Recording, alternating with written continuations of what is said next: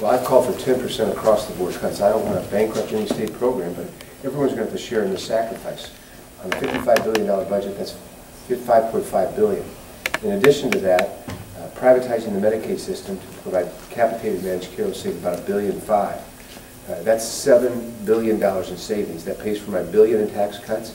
It pays for last year's $2.8 billion fiscal year deficit, and then leaves us $3.2 billion to begin paying down the backlog of unpaid bills. Prof says he's the only one of the 7 candidates with a well-thought-out plan to help low-income minority students who he says are now in failing schools with no opportunity to go to a school that succeeds. What do you say to Prof? Well, I think he's selling short the real opportunities of reforming education.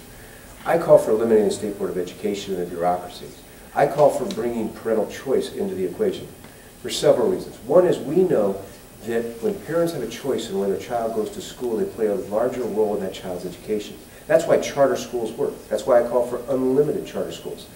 That's why tax credits work for private schools. That's why I've called for a 50% increase per year in the tuition tax credit.